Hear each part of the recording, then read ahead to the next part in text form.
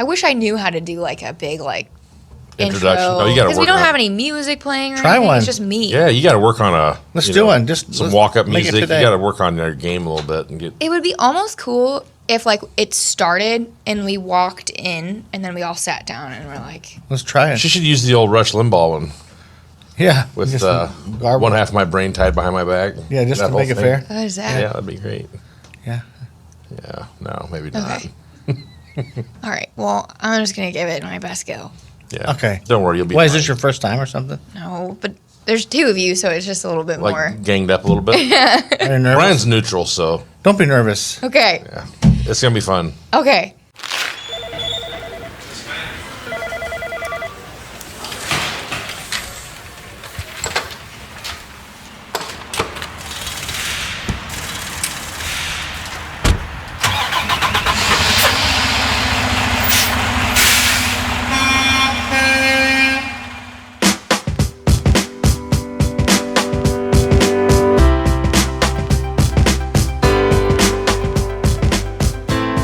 Hello, everyone. We are here today with Brian Cannon and Matt Cheever. Together, they have over 30 years here at Nussbaum. So Brian is an account manager, and Matt is a driver manager. That's correct. And the reason that I asked them to come on board is because, well, they always sit together during their like 15-minute break, and I think that they're like, they're the cutest couple, cutest friend couple. They're the cutest group of friends here. Wow. We're Thank you. close. Yeah, we're pretty close. Okay, maybe not cute. They are. Taking it back already. Okay. They are a epic duo here at Nussbaum, and because of so many years at Nussbaum, I reached out to some different people here in the office, and we're going to have some really cool different questions, stories. We're just going to kind of dive into their history here. Until you get to them, you can start with us, though. Okay. All right. Yeah. So tell us about how you guys started and how you guys grew a friendship. Well, I came in 15 years ago this December, and I came in to shadow with Brian originally. Phil Breaker was our VP at the time, and we were in the old office. We had 125 trucks, and we're just trying to start a logistics business and do a little brokerage in-house. And I came in to shadow with Brian. It was in December, which is an extremely busy time, one of the busiest times of the year. And right before the holidays, came in, shadowed with Brian, and it was extremely hectic that day. It was a pretty rough day, wouldn't you say, Brian? It was. Yeah. It was pretty stressful. Yeah, it was pretty crazy. Maybe not quite as organized as what we are today, and there were a lot more people doing a lot more jobs. You know, it was just not as laid out as well as it is today. And I don't know, it was kind of shocking. I came from a paint and body shop and did a lot of solo work in a very quiet atmosphere, and came into this very loud, extreme, harsh environment. Yeah. And Brian was tasked with getting me on the hook and bringing me in. And it was kind of on the fence, wouldn't you say, Brian? That first day was maybe a little sketchy. Yeah, I would say so. I was tasked with bringing Matt in. They wanted Matt to work here, so they put him with me and Put me with the best. told me to do what I can to make sure he feels comfortable and that he's welcomed, and we kind of show him how we do things. And it just so happened that I think we were shorthanded that day, maybe. Yeah. And the phones were going crazy, so I was answering two phones at one time and jumping back and forth between my cell phone and other phones. And I could tell Matt was a little bit kind of shocked by what was going on. I felt like I was kind of losing him a little bit, like maybe he was going to run out anytime. So we made it through the day, and he was getting ready to leave. He didn't tell anybody. It was probably 40-60 on the fence Yeah. that day. He wasn't. It was a little rough. Then Phil Breaker came up to me and asked where Matt was at, and I said he's leaving. He's leaving for the day, and he said, "Well, how did it go?" And I told him that it didn't go real well, and it was busy. And he said, "Well, run out there and stop him and tell him, that it isn't always like this." And so I ran, caught him at the door, and It was winter? Yeah. caught him at the A door. few weeks before Christmas. It was pretty. Oh. Yeah. Yeah, told him it wasn't going to be like this. It wasn't going to always be like this. It's not always this busy and this hectic and this stressful. Yeah. Which over the years, we've talked about, did I lie a little bit, or did I not Maybe enhance the story. enhance the story? Because it was busy all Sold the time. it. Yeah. But this was a day, but we've kind of joked about, Yeah. but I lied to Matt to get him to come here, which, I don't think I did that. But Brian's kind of got a knack for really, sealing the deal, and he's a great salesman, and that's why he works good with customers. He can tell them whatever he needs to get the job done, and he'll stand behind it. And they lured me in with a Christmas dinner before I was even an employee, and he threw out that Rebecca makes the best.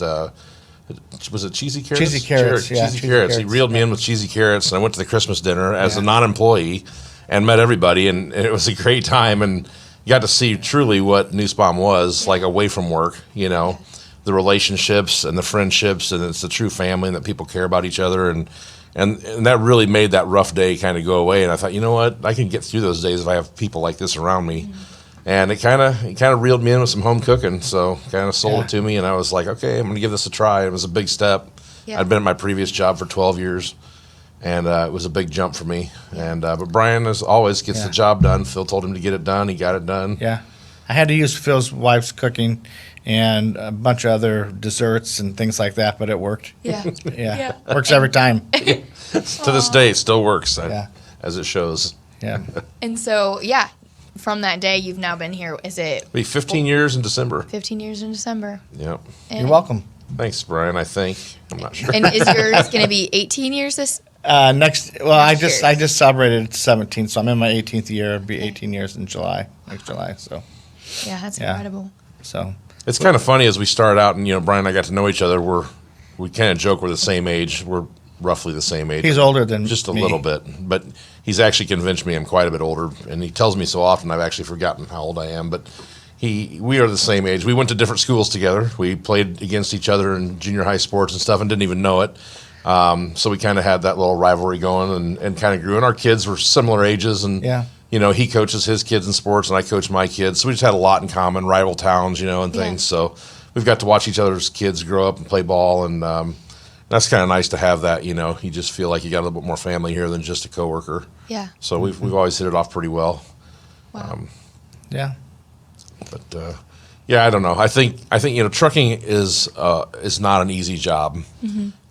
It's not easy when you're on the road. It's not easy in this office. A lot of times drivers will say, well, you guys in there, and they don't always see our struggles, but we don't always see their struggles. And everybody in this business, whether you're at Nussbaum or any trucking company, there's going to be struggles. It's a very stressful job. It's a very necessary job. Everyone in our country depends on it. Everything we have here in front of us came on a truck. It's an absolute necessity. We have to have this industry. And with that comes a lot of stress, and there's very fine margins in making money. It's a very refined business compared to what it was when we started. Yeah. It's more expedited. I would say expedited freight was a term we used a lot when I started. Now it's just normal business. Everybody's the Amazon thing. I click it today, I want it tomorrow. And customers have come to want that and need that and demand that. And we have to do it under the same stipulations before, and maybe even more legal parameters than what we had when we started, the old paper log days. And Yeah.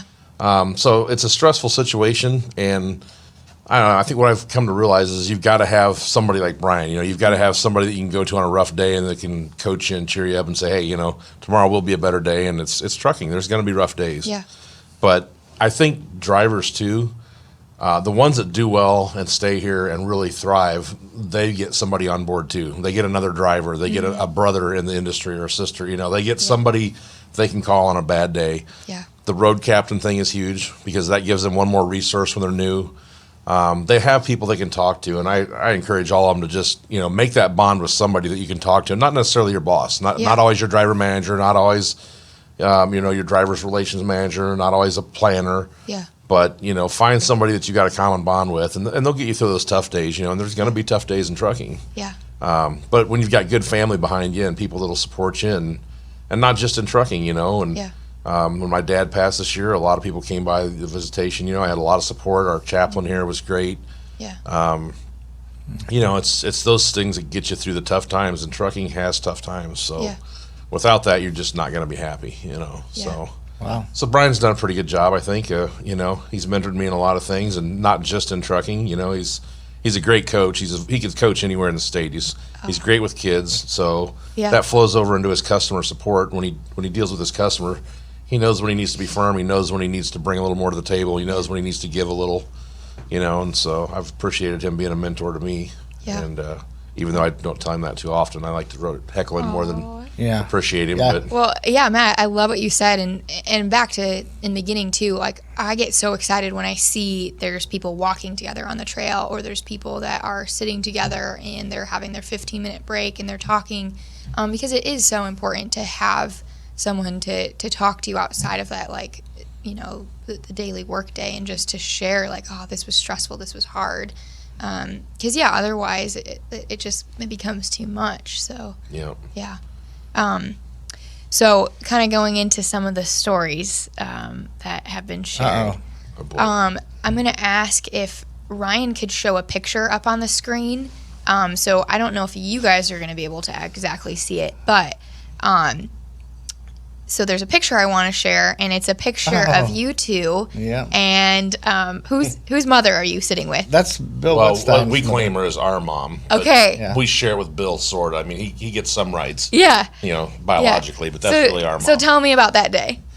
Well, yeah, that was a planned day there. She was Donna was coming in to bring cookies, Christmas cookies, which she's famous for, and we Was Bill in a meeting?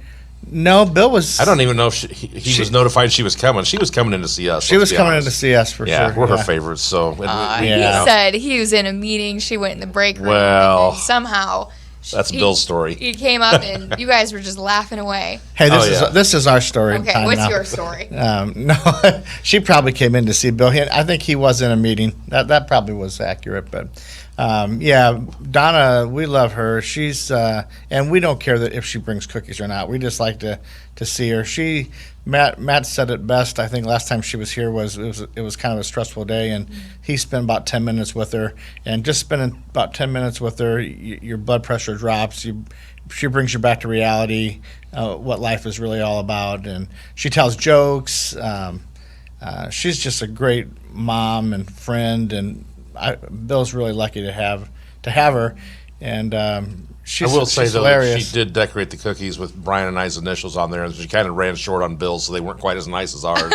So we may be a little bit favorites. I don't know. That is true. I think You know. I think ours did have a big heart on them. Yeah, she brought so us special she's- cookies. So She's a pretty amazing person. She's been Yeah. through a lot and Yeah.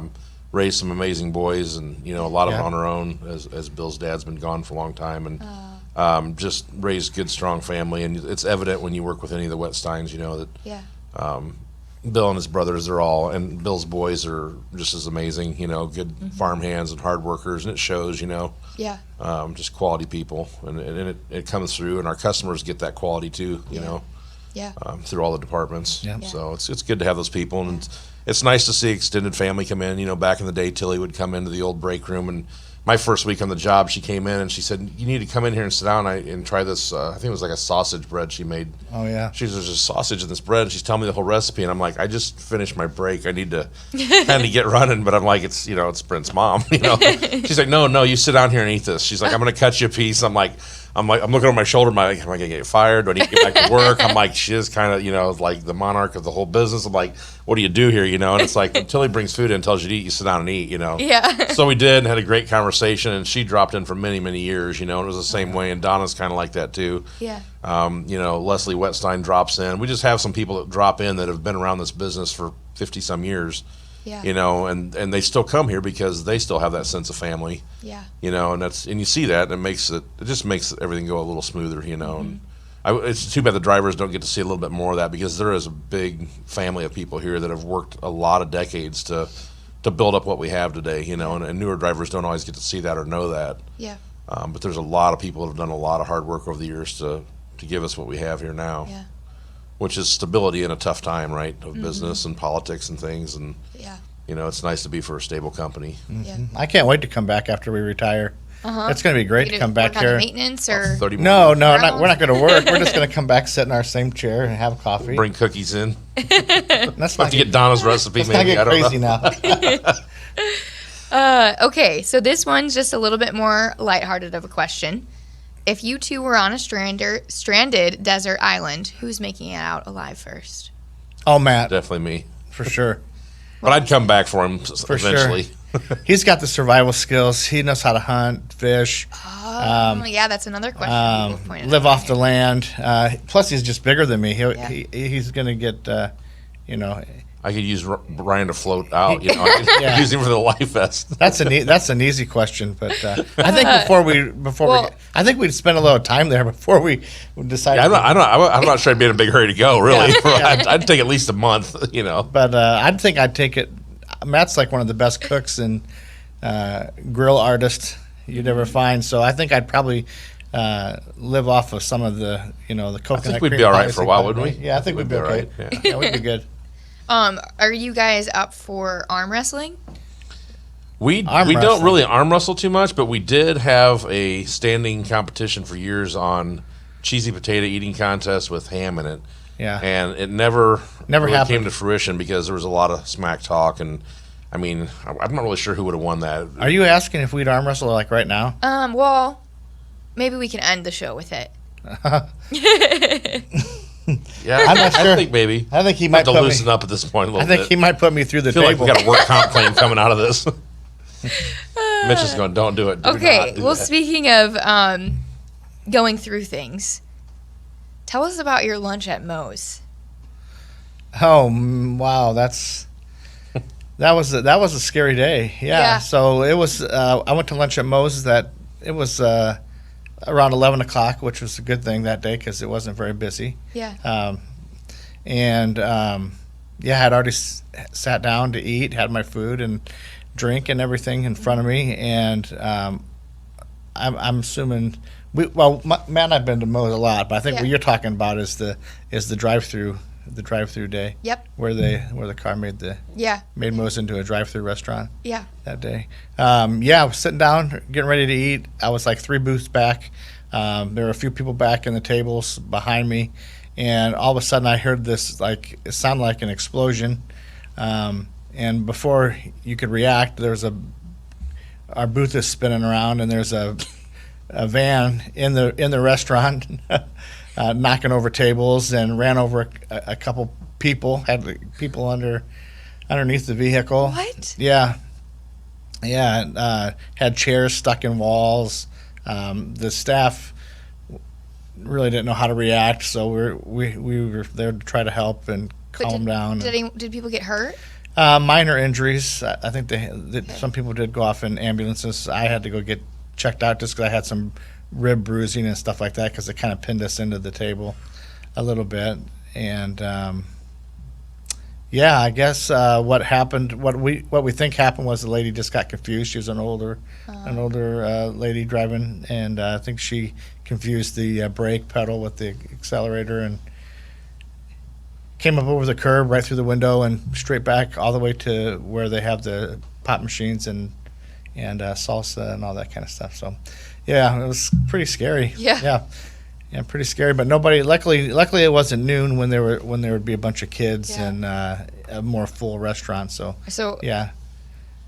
maybe this is bad to say, but I know every time you walk into Moe's, they go, "Welcome to Moe's." Yeah. So when the car ran through, Did they ask? Did they say welcome to Moe's? Do they yell to the car, "Welcome to Moe's, please back the car out"? No, anything like they didn't know what to. They didn't know what. They didn't know what to That's do. true. They didn't know what to do. So Oh. I had to tell them to call 911, and they were just. Everybody was in shock, including especially the driver, who were just kind of sat in there and just didn't know what to do. So we just kind of jumped into. A few of us that were there just kind of jumped in to help and started trying to get people up off the ground. There's glass everywhere, shattered glass, Yeah. and I never did find out where my food went, but my drink wasn't there, so I don't know.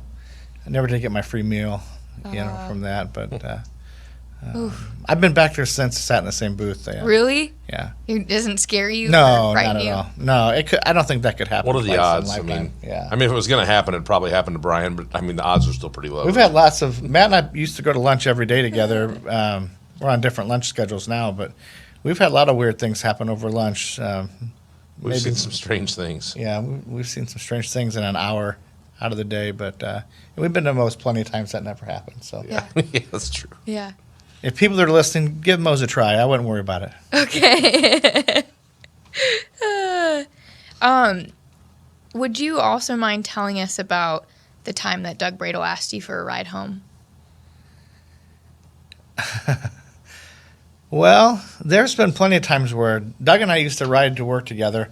I'm guessing if this came from Doug, this was during the winter. Yep. It was a really, Yeah, he said maybe like 8 to 10 years ago or something. yeah, probably longer 13 than years. probably about 13 years ago. Yeah, I was driving home and I didn't have the best tires on my car, but I was giving Doug a ride home anyway, and we were driving along pretty slow. I was being careful, and the car started to slide, and we ended up in the ditch, and we got out at the end. No, that's not what you want me to say. No. Okay. Well, so what ended up happening was we needed somebody to steer the car to get out of the ditch. So I thought since it was my car that I would do that, and Doug would do the pushing. Totally shocked. So I think there were another. If I remember right, there were maybe some other people there that might have helped too. But Doug did most of the work and pushed me out of the ditch. But really, I mean, when you think about it, we both couldn't push. You know? So yeah, that was a good experience. We spun around a couple times, almost hit a car. Oh, no. Yeah, and then ended up in a soft, deep patch of snow. And Doug was gracious enough to push me out of it, and eventually I got him home. We were about a mile from El Paso, so once we got back on the road, I got my composure and was able to get him back. But I've never heard the end of that. Did he ever ask you for another ride home? Yeah, he's asked me. Well, not in the winter. He's asked me for rides here and there. Yeah. But not. Now that I think about it, he never has asked for a ride home. Yeah. Since then. So. Wow. Okay. Good question. I wonder yeah. where that came from. So, question for you, Matt. Besides hunting and spending time with your family, what other hobbies do you have?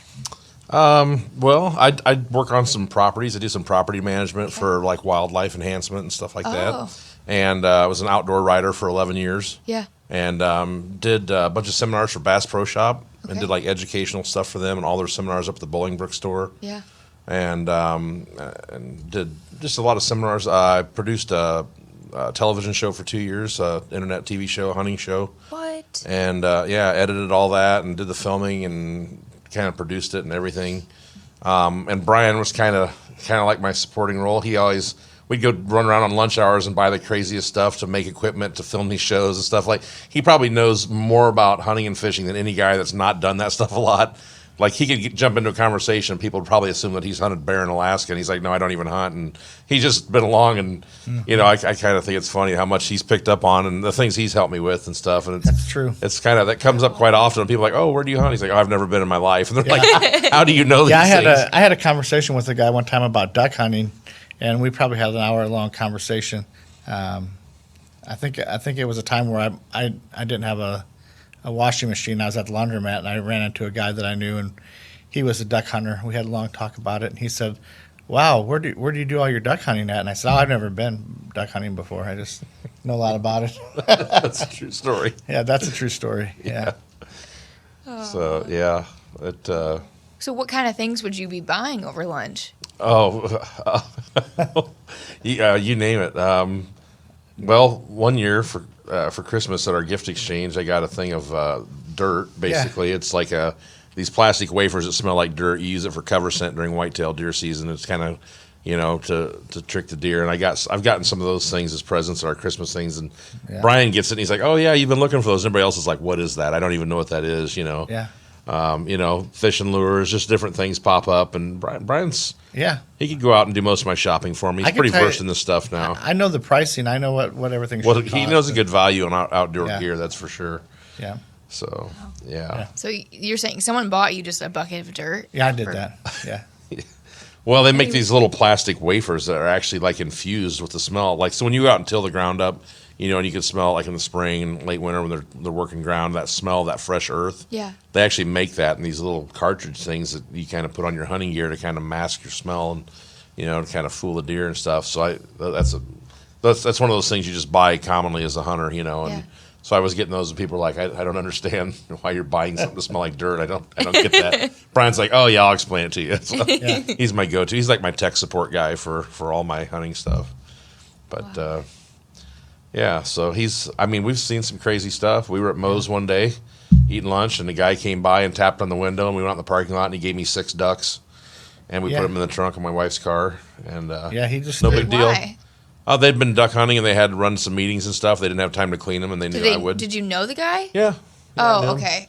But nobody else didn't. I mean, there's these guys standing outside of Moe's and they're waiters in camo holding these ducks up, and people are like, "Are they serving that in here? Like, why are there people at Moe's with ducks out in the parking lot?" And I thought it was a little weird that they were just throwing some dead ducks in the back of his wife's car at the time. But then we've had some pretty crazy trips to Menards, and when I first started here, I had an old Buick that I drove at times, and it kind of doubled as a work car. And in the back, we went to it was getting close to deer season. I wanted to buy some black plastic to use on the floor when we butcher and stuff, and rubber gloves. And I just happened to have a shovel in the trunk, a bag of lime for the food plots, and there was some rope and rubber gloves, and Brian, I opened the trunk, and he's looking at me, and there's pretty much the mass murderer toolkit back there. Oh yeah. The shovel, the plastic, the rope, and he's just looking at me like, I am not getting in this guy's car. I'm like, no, wait. I'm like, I was doing some landscaping, and that's in there for this, and I think it took about a year for him to really get comfortable to travel with me. It scared him a little bit. Now I feel safe because I know that I'm well protected if I go along with Matt somewhere. Yeah, we've went and scouted for deer over lunch before. We took Gary and scared him to death. Ate a pizza and went all the way to Colfax and scouted a deer property and came back in an hour. Yeah, that was a good Scouted trip. a deer property. What do you mean? Yeah, we were driving around, with our binoculars, looking to see where the deer were at midday and getting ready for hunting season, and on our lunch hour. We might have fractured the occasional law then, trying to get back in time, but we were hustling. Speed limit. I think that was about the end. That was about the end of Gary probably going on lunch with us. Yeah, might have been That's a bit a much. hard for question. him. It's like, do you get to work on time or do you safety first? I forgot about We Gary. safety first now, but we were younger men then. We were young. We've gotten smarter. Yeah. So we're more responsible. Yeah, Gary was kind of was one of the 3 amigos. He used to go to lunch with us. I'm hoping there are no questions from Gary on here because Yeah, he actually didn't get back to me. oh, thank But goodness. he I was think one the of lawyers probably told him not to. Yeah, because some of the stories that Gary has, I can't repeat them on the air here. Yeah. So. Well, I did reach out to a few of your drivers, and Kent Pitchford, right? He's your driver. He's not my driver, but he's one not of your driver. No. Whose is he? Well, they've worked together a lot. We work together a lot. He's Jim Noyes. Okay. Yeah. Yeah. Well, I asked him to share any stories or comments, and his actually was pretty lighthearted. So he just wanted to essentially say thank you because when he had colon cancer and he was out of the office for maybe about a month, he said that you were the only one that reached out to him during that time to frequently check in and see how he was doing. And he also mentioned that I think after that happened, he got in contact with Jim Revelle, our chaplain here. Oh, yeah. And then made the decision to be baptized. Mm-hmm. And he said that you showed up to that baptism. Oh, yeah. Of course. Yeah, he just wanted to say thank you for all that. Oh, that's nice. He's a good guy. He's a big guy. He talks a big game, but he's a cuddly teddy bear type of guy. I love the guy. Yeah. But has he ever given you a wet willy? Yes, he has. Yeah, he's done that.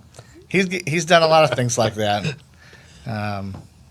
which normally I wouldn't appreciate, but it's Kent, so you just kind of let it go. Oh, I hope other people don't try to do this to you daily now. Well, Trying to discourage that. over COVID. the years, I've had plenty of drivers do things like that weren't always appreciated, but it's all about driver retention. So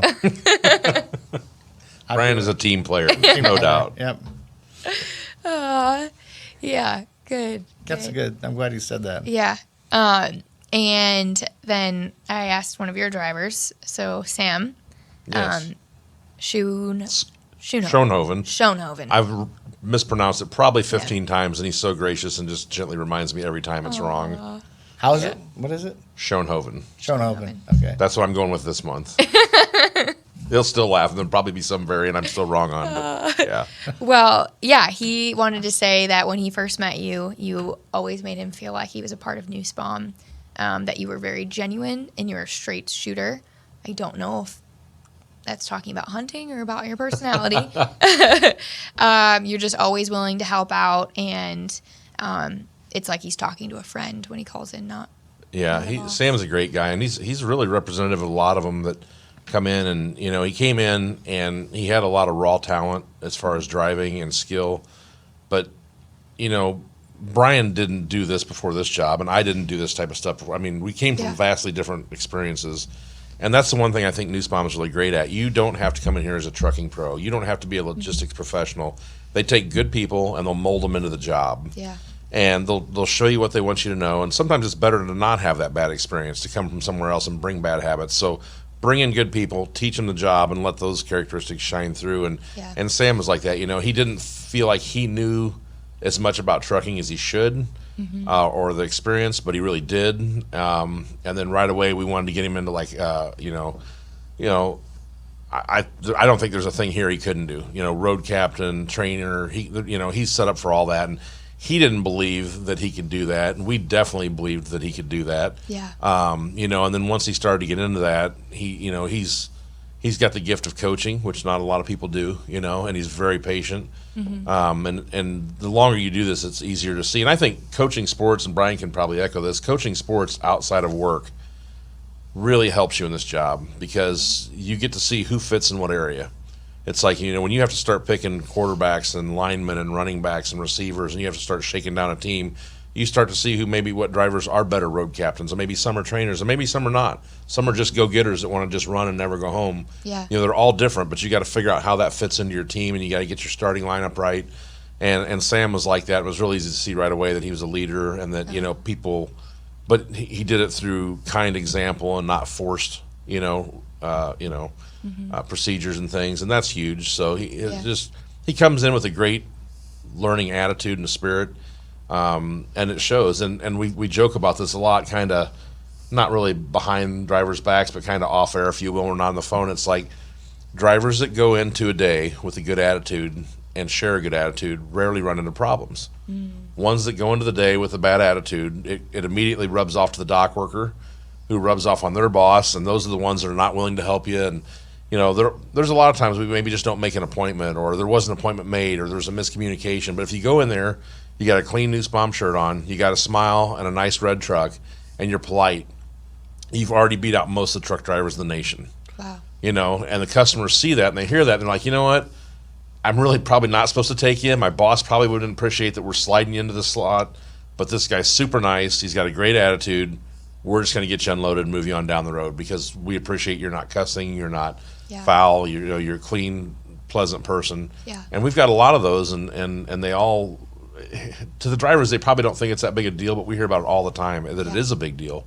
So it's great when you get those drivers in that do that, and then when other drivers see that too, it makes them want to be a little better. Yeah. I think it's great to take guys like that and groom them for some coaching positions and stuff. And, Sam's a good example of that. Yeah.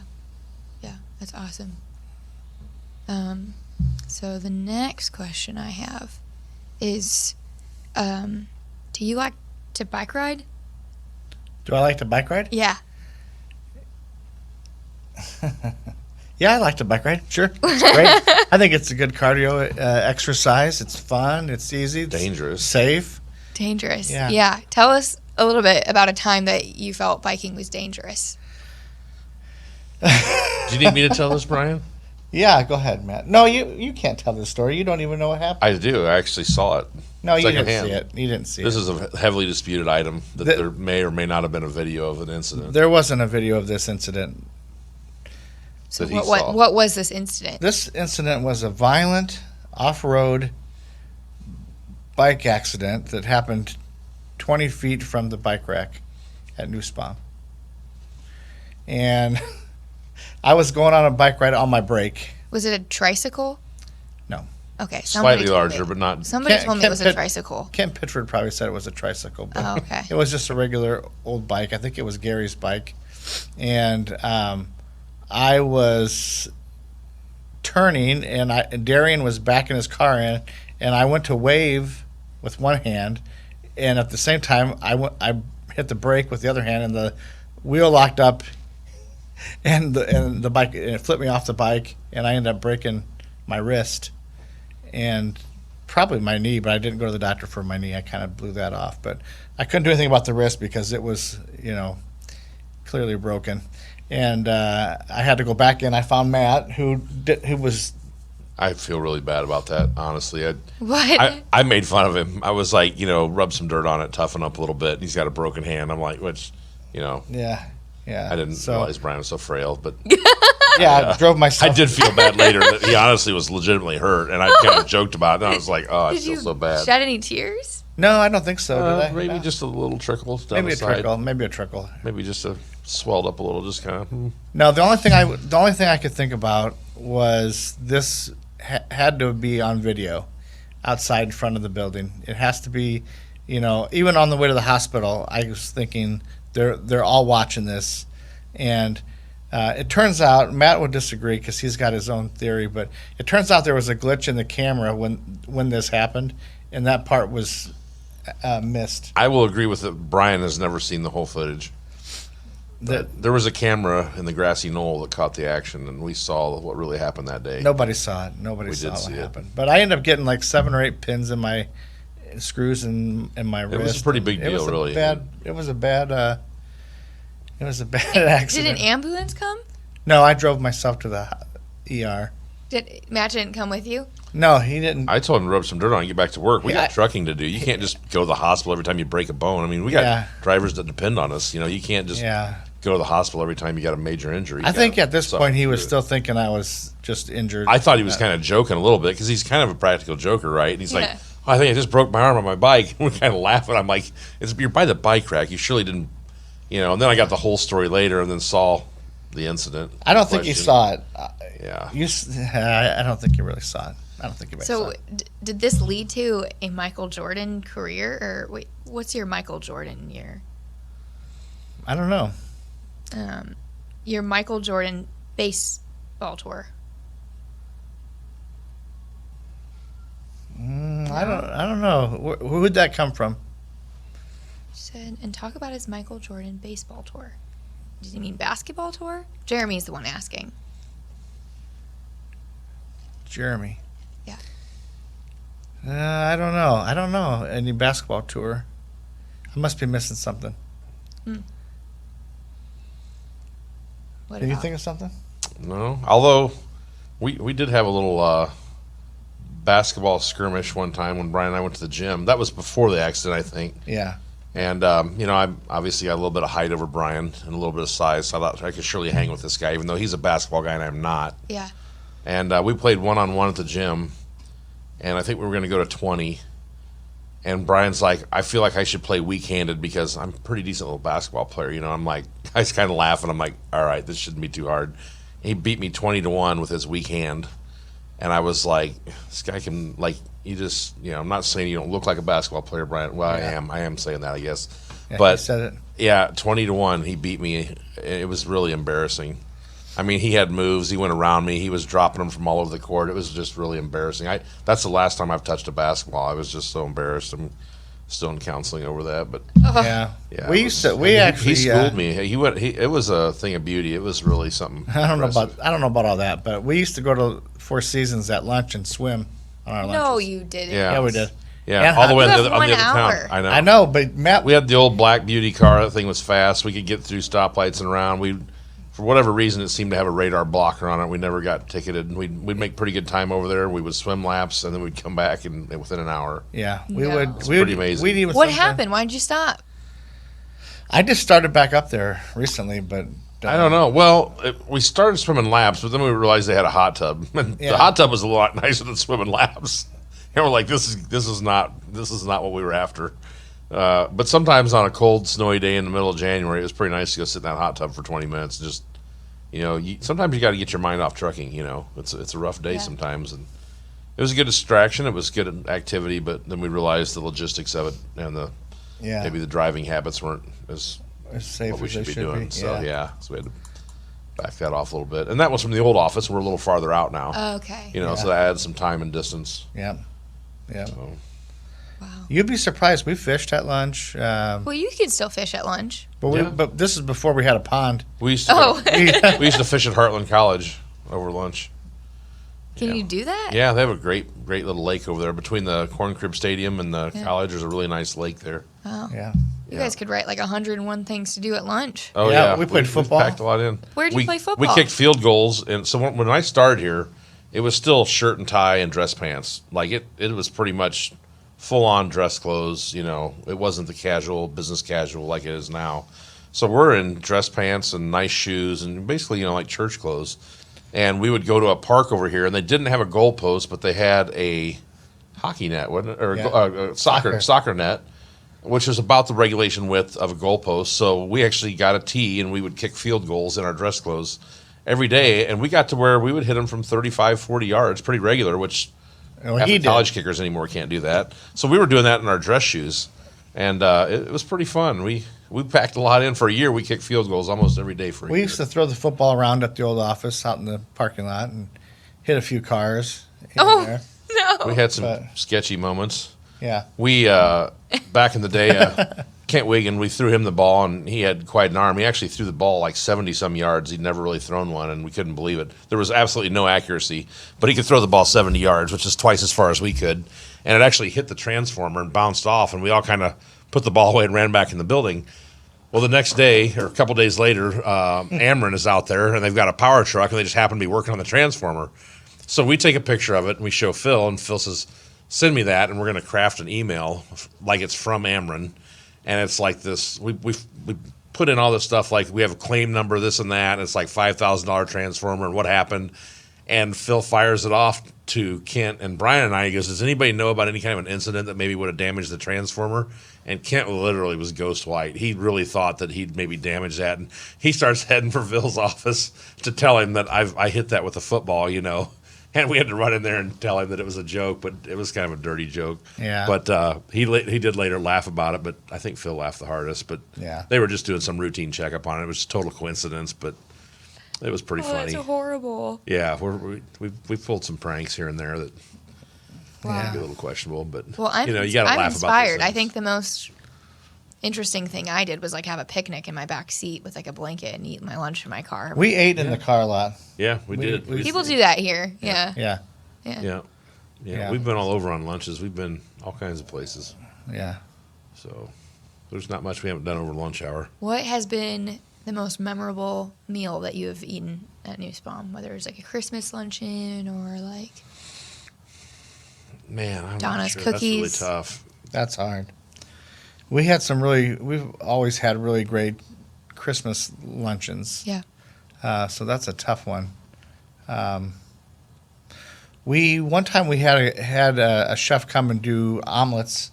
For everybody, yeah. Did just cook like breakfast Yeah. omelets. Ordered to how you wanted it. And Yeah, you order how you want it. Wow. Make an omelet. I think the first year that I was here for the official Christmas dinner, like the company Christmas dinner, was at the old building, and it was in the conference room.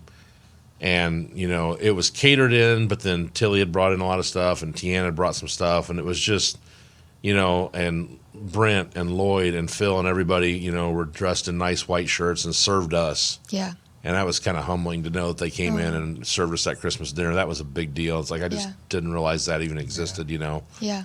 And then I would say this last year, some of the food days, when H&I came in, that was a big deal. We got to really kind of spoil the customer a little bit and treat them nice. And Yeah. I don't know, we just had a lot of them here that you just don't get that everywhere. And Yeah. we Yeah, the next one's going to be what? Tacos and ice cream, which that's hard to beat. Hot and cold, right? It's a good mix. It'll work. We'll see how it goes. If you don't like it, we'll take. If you don't want, I'm having both. If you're not happy with one or the other, Brian and I'll be glad to step in. And help. But we did driver appreciation meals here, probably 3 or 4 years ago. We cooked 1,000 ribeyes one lunch hour. Whoa. Yeah. We did probably That was really 2,500 pieces of meat on the grill in 3 days for driver appreciation meals, and we would send them out in to-go boxes. Yeah. And that was pretty cool. It's pretty neat to see a team effort where everybody kicks in, and Yeah. there's nothing like being able to hand a driver a hot meal that you cooked, and they can get in the truck and go and just feel like they've had somebody cook them something. And it's not a truck stop meal. Yeah. It's not something that was warmed up from last Sunday or whatever. It's I don't know, to see their smile when they get that, and it's impossible to get all of them through to do that, but the ones that do, it's nice they get to do that. So. Yeah. When I was in recruiting, I had some really good banana bread one time. That was for me. Oh yeah, it was. Yeah. That's right. Man, Saved I you. don't. Yeah, I guess I've never heard anything about that. Yeah, no, you didn't. Thanks for sharing, Brian. Yes. Well, there wasn't. Joe was. It's hard to over there. share a whole loaf, isn't it? Once you start on it, once you cut it. It's hard to share when you got some eaters over there. Yeah, there are. Yeah. It's true. It's a heavy crew. Yeah. Yeah. Yeah.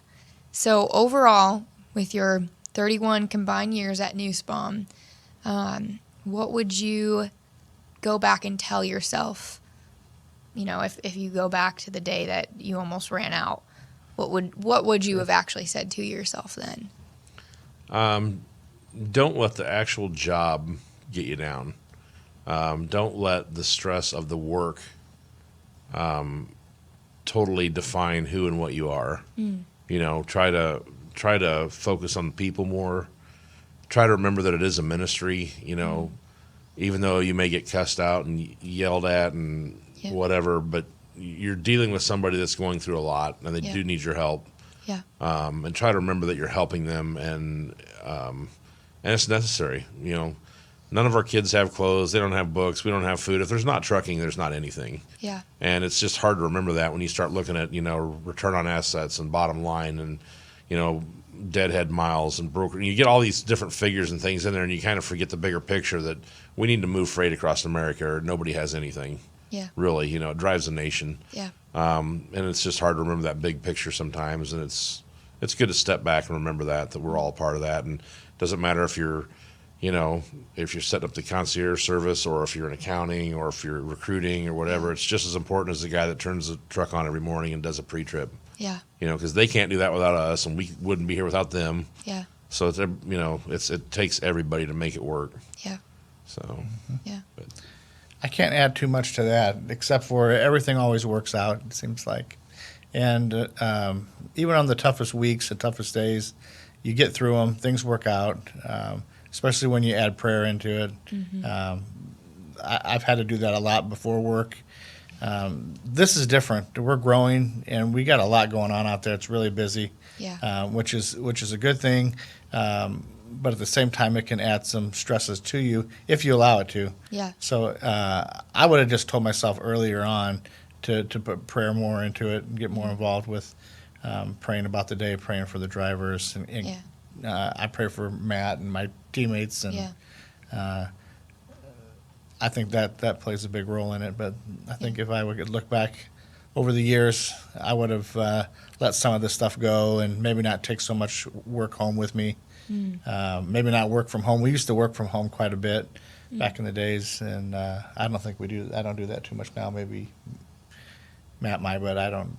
It used to be we'd go home. We were on call a lot back in the day, so we would go home and have our laptops, our computers on, and work from home. So if I could go back in time, I would just say, just kind of understand that it's going to work out. Things are going to get better, and it's just for a short time. The stress. So yeah. Well, it sounds like you guys have made a lot of people laugh and smile, and you guys have gotten to coach people and encourage people, and you've shared a lot of knowledge with each other. Whether it's hunting, maybe one day you might hunt, and maybe I might. Maybe one day you might get better at basketball. Maybe I'll use Brian's bike sometime and take it for a little spin. Maybe I'll wear a helmet and some I don't elbow even own a guards. bike. I don't even own a bike now because of that. I think that's well. probably Actually, best. the gift that we're bringing in for you for being on this episode is a bike. Oh, great! No, I take it. it's not. You got a little nervous there. You're just like, Yeah. I'm gonna have to ride it. Shortly after I got hurt on the bike, I did ride a tricycle that somebody brought in, so that might be where that's they got probably what that. Kent's Yeah, imagining. Yeah. yeah. Kent saw a picture of me on a tricycle with Okay. my cast on. Yeah, it's kind of funny, like the different stories or questions that people have added versus like their perspective versus your perspective. Like, what was the Michael Jordan year? And why was it a tricycle instead of a bicycle? And was there a camera? I'm pretty sure our stories are always the accurate version, aren't they, Brian? I thought we were going to find out today if there was really that camera, a video of my accident, but I'm not allowed to say. we're not going to ever find out the truth. No, we won't. We could try. The only thing I can think of is we always had It's in a sealed file. Christmas dinners at Phil's house back in the day, and if that were true, if that video was out there, it would have been played over and over and over again. I would have had to watch that. So that's what makes me think that there is no such thing. Yeah. Okay. Yeah. Yeah. Yeah. Well, thank you guys so much for your time. And We got all day. We don't need to wrap this up. I do want to give a shout out to the account manager team. oh yes, yes. The great account manager team that I have. So Aw. yeah. Any shout outs for you, Matt? Just, all my drivers that, there's times that I have to be very businesslike. There's times that we don't get to joke around because we're in a tight time frame and there's a lot of people that need help. And Yeah. I appreciate that they stick with that. And then when we do have time to be a little more lighthearted, Yeah. I appreciate that they allow me to joke around with them a little bit and get into their lives a little bit. And I let them get into mine a little as well. Yeah. And that's not always something you find with driver managers and drivers across the Yeah. country. That doesn't happen at most places. So I'm glad they allow that latitude, And Brent's been pretty gracious to us. He knows that we joke around probably more than most people here. Yeah. But I think it allows a little bit of lightheartedness, and hopefully that does reduce stress a little bit. Yeah. And makes it a little more fun for everybody to work in that environment. But we know there's a serious job to do too. But we're going to have fun doing it, right, Brian? Yeah. Right. Yeah. Yeah. So All right. Well, thank you guys so much. Thank you. Absolutely. Thanks Thank for you. having us. Okay. We'll be here all day. You've been listening to Terminal Exchange, the official podcast show of Nussbaum Transportation. Nussbaum is an industry leader in over-the-road freight transportation. For more information on Nussbaum's award-winning truckload services and top-paying driving careers, go to nussbaum.com or nussbaumjobs.com. Thanks for listening to this episode of Terminal Exchange. New episodes arrive every Tuesday, so be sure to subscribe to our show wherever you listen to podcasts and share a little love by writing us a review. Then, go deeper into each exchange or listen to previous episodes at our podcast page, terminalexchange.org.